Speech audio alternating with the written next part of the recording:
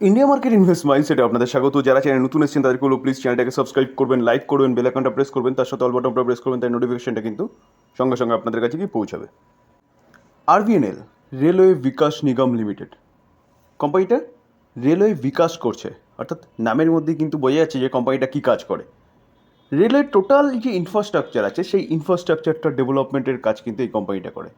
শুধু রেলওয়ে নয়, টানেল বলুন, সড়ক পরিবহনের ক্ষেত্রে ব্রিজ বলুন, এসব ক্ষেত্রেও কিন্তু কোম্পানিটা কাজ করে। এক কথায় বলতে গেলে কোম্পানিটা কিন্তু সড়ক পরিবহনের ক্ষেত্রেও এক্সপোজার রয়েছে।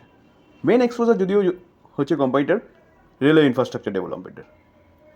তো এই কোম্পানিটা যদি আমরা দেখি তাহলে দেখা যাবে, দেখুন 6 মাসে কোম্পানিটা কীরকম, 6 মাসে 63%, যদিও বা কোম্পানি তার হাই থেকে অনেকটা নিচে আসছে। তার হাই কত মেরেছে? 345। তো 345 থেকে কোম্পানিটা অনেকটা ডিসকাউন্টে চলছে, কত? 258-তে। তাও যদি আমরা দেখি তাহলে দেখা যাবে 6 মাসে 63% রিটার্ন দিয়েছে। আমরা যদি কোম্পানিটার 1 বছর রিটার্ন দেখি, দেখুন 1 বছর রিটার্ন দেখা যাবে কোম্পানিটা কিন্তু 232% রিটার্ন দিয়েছে। কখন?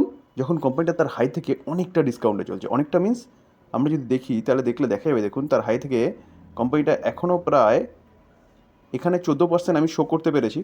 তো 14%-এরও অনেক বেশি ডিসকাউন্টে চলছে। তো এতটা আপসাইড মুভমেন্ট 1 বছরে কেন দেখিয়েছিল কোম্পানিটা? দেখানোর পিছনে কারণ হচ্ছে গভর্নমেন্টের চিন্তাভাবনা। গভর্নমেন্ট চাইছে রেলের ব্যাপক পরিবর্তন করতে। তো বিপুল পরিবর্তনের জন্য কিন্তু এই কোম্পানিটা একের পর এক অর্ডার পাচ্ছে, যার জন্য কোম্পানিটা এত ভালো আপসাইড মুভমেন্ট দেখিয়েছে। তো লোকসভার ইলেকশন কিন্তু স্টার্ট হয়ে গেছে। 19 তারিখে ফার্স্ট পোলের ইলেকশন হয়েছে। তো জুনের 4 তারিখে ইলেকশনের রেজাল্ট বেরোবে। তো সেই জায়গায় দাঁড়িয়ে রিপোর্টের মাধ্যমে জানা যাচ্ছে বা বিভিন্ন নিউজ মারফত জানা যাচ্ছে প্রেজেন্ট যে গভর্নমেন্ট সেই গভর্নমেন্টে কিন্তু ইলেক্টেড হয়ে আসবে। তো প্রেজেন্ট যে গভর্নমেন্ট 2023-এ ডিক্লেয়ার করেছিল যে 54 লাখ কারোর কোম্পানিটা কিন্তু ইনভেস্টমেন্ট, এই কোম্পানিটা না সরি রেলে ইনভেস্টমেন্ট করতে চলেছে গভর্নমেন্ট, কত? 2030-এর মধ্যে। তো 2030-এর মধ্যে কিন্তু 54 লাখ কারোর ইনভেস্টমেন্ট করতে চলেছে রেলের ইনফ্রাস্ট্রাকচার। কিসের জন্যে?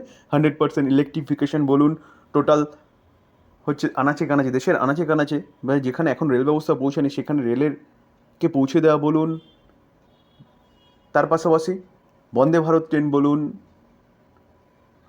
টোটাল স্টেশনের ইনফ্রাস্ট্রাকচার বলুন, সব কিন্তু পরিবর্তনের কথা বলছে 2030-এর মধ্যে, যেখানে এতটা টাকা কিন্তু ইনভেস্টমেন্ট করতে চলেছে।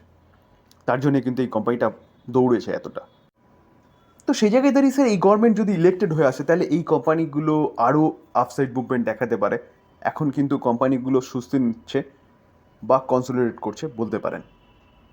তো এই সময় কিন্তু বেস্ট সময় এই কোম্পানিটাকে বাই করার।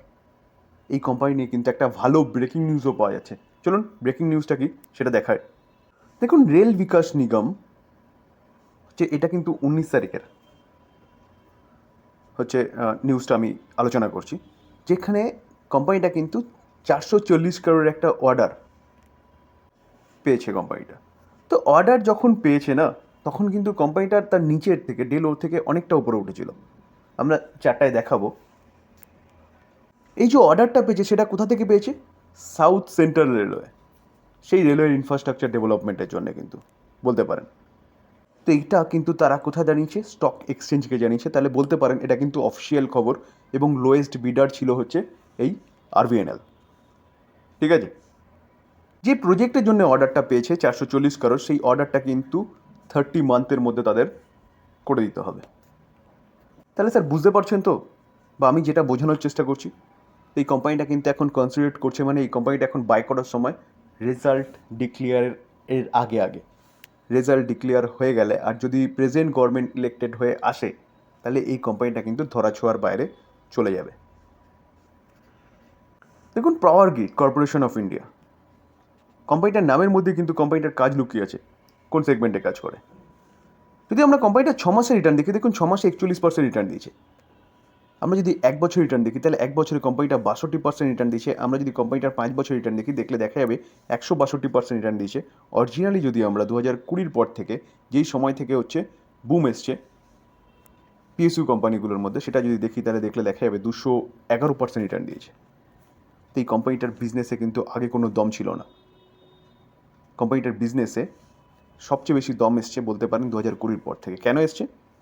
কারণ বিজনেসেরই কিন্তু আমূল পরিবর্তন হয়ে গেছে। তো এই কোম্পানিটা নিয়ে কিন্তু একটা ভালো নিউজ পাওয়া যাচ্ছে। চলুন কী নিউজ পাওয়া যাচ্ছে সেটা দেখি।